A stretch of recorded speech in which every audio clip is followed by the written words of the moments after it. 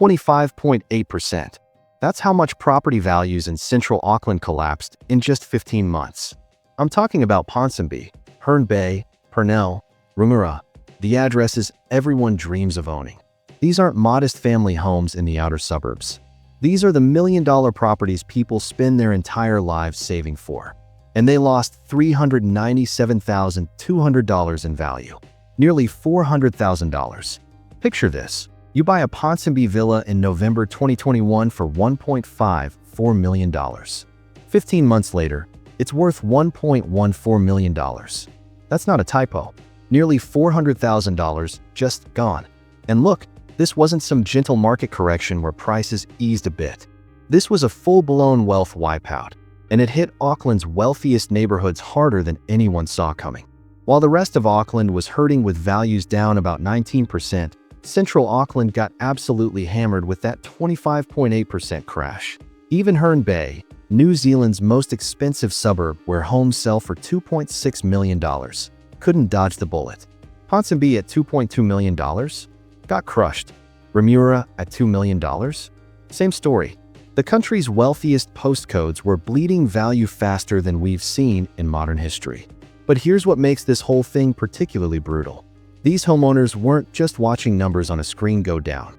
A lot of them had refinanced during the boom years, pulled equity out, taken on bigger mortgages because, well, property only goes up, right? Now they're stuck servicing massive debt on assets worth a quarter less than what they paid for them. So the question burning in every central Auckland property owner's mind right now is pretty simple. Is the worst over, or is there still more pain coming? So look, I'm going to walk you through exactly what happened in central Auckland's property market. Why these prestigious suburbs, the ones everyone thought were bulletproof, ended up crashing harder than pretty much anywhere else. And more importantly, what this actually means if you own property there, if you're thinking about buying, or if you're just trying to make sense of New Zealand's wild housing market. We're going to dig into the real data from the Real Estate Institute of New Zealand. We'll track the timeline of how this whole thing unfolded. And we're going to cut through the noise and separate what's actually happening from all the speculation and hot takes flying around. This isn't me trying to scare you or sell you on some doom and gloom scenario. It's about understanding the actual forces that turn New Zealand's most desirable real estate into one of the country's worst performing investments over the past 3 years. Because here's the thing. If this can happen to Ponsonby and Herne Bay, the suburbs everyone thought were safe as houses, then it can happen anywhere. Alright, let's get into the numbers, because they tell the real story here. According to REIN's data, Central Auckland, and we're talking about all the suburbs that used to be within the old Auckland City Council boundaries, saw median selling prices hit $1.54 million in November 2021. That was the peak. By February 2023, just 15 months later, that median had crashed down to $1.14 million. So we're looking at a $397,200 drop. That's 25.8% gone. Now, to put this in perspective that actually makes sense, if you bought a $2 million Ponsonby villa at the peak, by early 2023, it was worth $1.48 million. $500,000 in equity just evaporated. But wait, because here's where it gets even more concerning. While other parts of Auckland started showing some signs of recovery, Central Auckland just didn't. By December 2024, values in these suburbs were still sitting 19.3% below the peak, hovering around $1.39 million.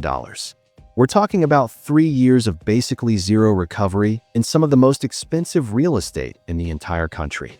Now compare that to what happened in Christchurch. They only saw a 4.4% dip from peak to December 2024. Or look at the wider Auckland region, which was down 19.2%. Central Auckland's crash stands out as particularly savage.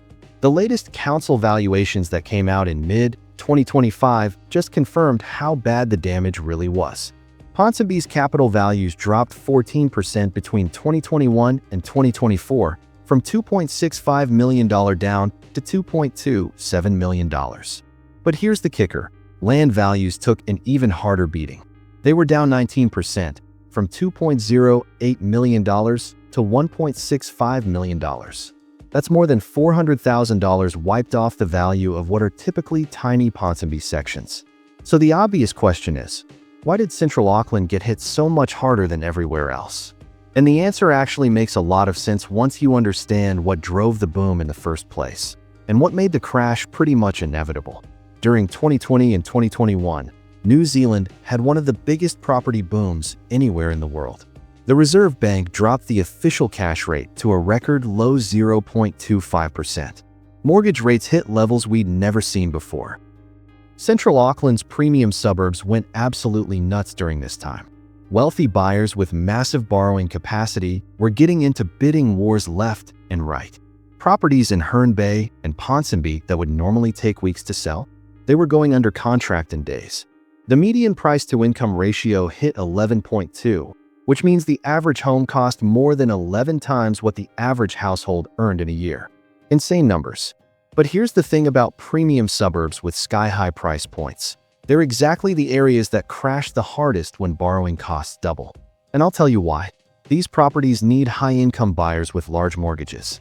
When the Reserve Bank started absolutely hammering interest rates in 2022, going from 0.25% all the way up to 5.5% by May 2023, the buyers who could afford $2 million properties suddenly couldn't service those mortgages anymore.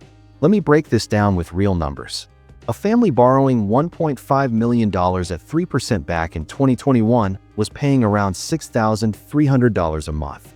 By late 2023, that exact same mortgage at 6% was costing them $8,900 monthly. That's an extra $2,600 every single month, or $31,200 per year.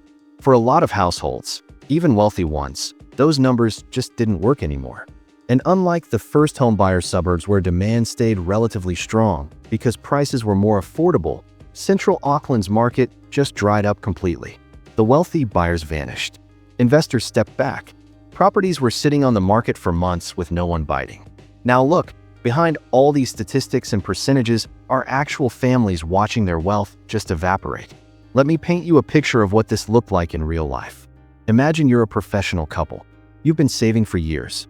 You finally buy that dream Ponsonby villa for $2.2 million in late 2021.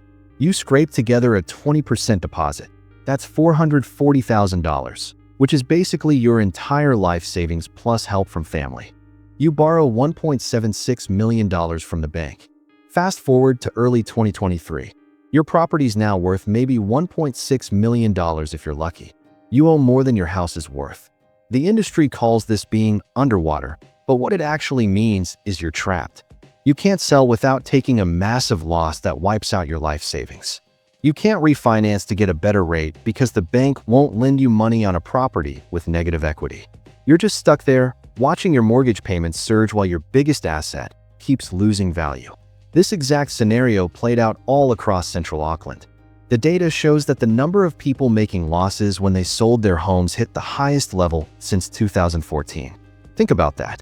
Properties that had to be sold because someone lost their job, or a relationship broke down, or they were in financial stress. These people were forced to accept prices hundreds of thousands of dollars below what they'd paid. And then the council valuations came out and revealed another layer of pain. A lot of Ponsonby properties can't even be demolished because of zoning restrictions, which meant the land value component, the actual dirt under the house. So where are we at right now? As of December 2025, Central Auckland values are still sitting 19.3% below where they were at the late 2021 peak. Recent data shows that areas like Ponsonby, Grey Lynn, and Herne Bay have kind of stabilized, but they definitely haven't bounced back. Now here's what's interesting. Even though values have crashed pretty hard, these suburbs are still New Zealand's most expensive. Herne Bay's still got the crown with a median of $2.6 million. Westmere and Ponsonby are both sitting at $2.2 million. So the crash has been brutal, yeah, but these areas haven't lost their premium status. They're still the fancy postcodes. The big question that everyone wants answered: what happens from here? Most property economists are forecasting modest growth in 2026, maybe 4 to 5% nationally. The Reserve Bank's been cutting the official cash rate pretty aggressively. But Central Auckland's got some unique problems working against it. There's still a lot of inventory on the market, heaps of properties just sitting there. First home buyers, who've been driving most of the recent market strength across the country, They generally can't afford these premium suburbs. And the wealthy buyers who could afford them, they're still being pretty cautious. They're worried about job security, about where the economy's heading.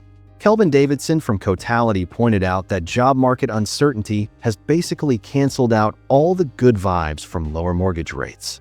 Until employment picks up and buyer confidence actually comes back, Central Auckland's recovery is probably going to lag behind the rest of the country. For people who own property in these areas, this has been a tough lesson. Turns out even New Zealand's fanciest postcodes aren't bulletproof when market forces shift. This isn't just another property story. It's a proper cautionary tale about what happens when markets completely detach from what people can actually afford. If you found this breakdown useful, smash the like and subscribe button. We're keeping tabs on every twist and turn in New Zealand's property market. And trust me, you don't want to miss what's coming. I'll see you in the next report.